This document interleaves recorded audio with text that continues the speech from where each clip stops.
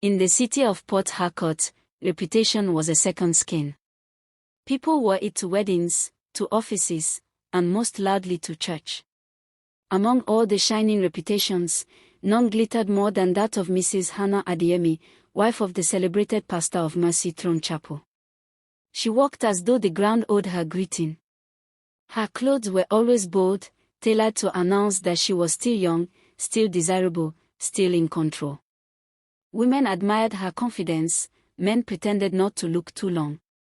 On the altar she was a crown. At home she was a storm learning new names. Hannah had not always been like this. When she first married Adeyemi, she was a quiet bank clerk who feared God and feared her mother even more. But years inside the glass house of ministry changed her. The church demanded perfection without asking the price. Every Sunday she was expected to be counselor, prayer warrior, fashion example, smiling wife, mother to the congregation. The weight grew teeth. Applause became her oxygen.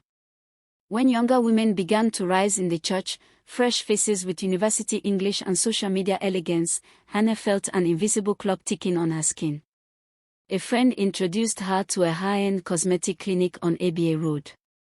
The doctor spoke about enhancement, about helping a woman remain competitive in a modern world. She signed the papers like someone signing a new destiny. The change brought compliments, and compliments brought hunger. She dressed louder, attended elite events, and learned how power tasted when men listened too closely. Boundaries she once preached about became thin lines drawn with chalk.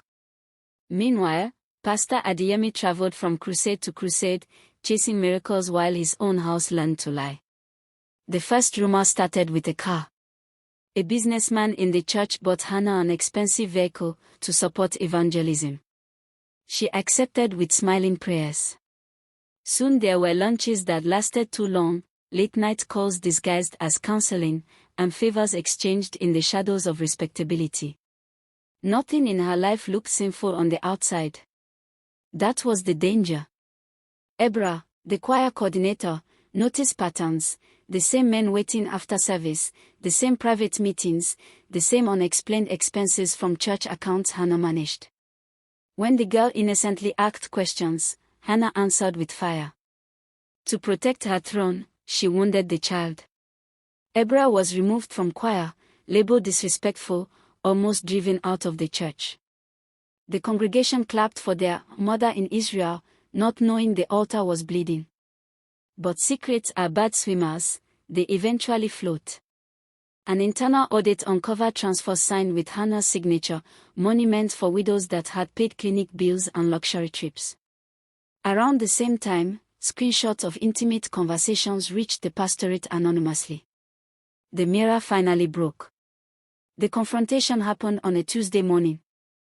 No choir, no drums, only naked truth sitting between husband and wife. Pastor Adeyemi cried like a child who had lost both parents in one day.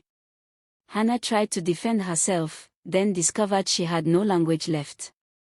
She moved out of the pastorate for a season. The clinic that once promised happiness now became a place of undoing. She requested procedures to return her body to its natural form, saying she wanted to recognize the woman God created, not the one applause manufactured. The process was painful, slower than the lies she had told. More painful was facing Ebra. Hannah went to the girl's house without escort, knelt before her mother, and confessed everything. Forgiveness arrived cautiously, like a bird testing a branch. The church split into camps. Those who wanted her stoned with scriptures, and those who remembered that grace is not only for sermons. Hannah stepped down from every position. She began therapy, worked quietly with a charity unrelated to the church, and learned to live without being the center of attention. Her clothes became simpler, not because anyone forced her, but because noise no longer interested her. One evening she told her husband, "I spent years decorating the outside while termites were eating the inside." Adeyemi answered, "Then we will rebuild from the foundation."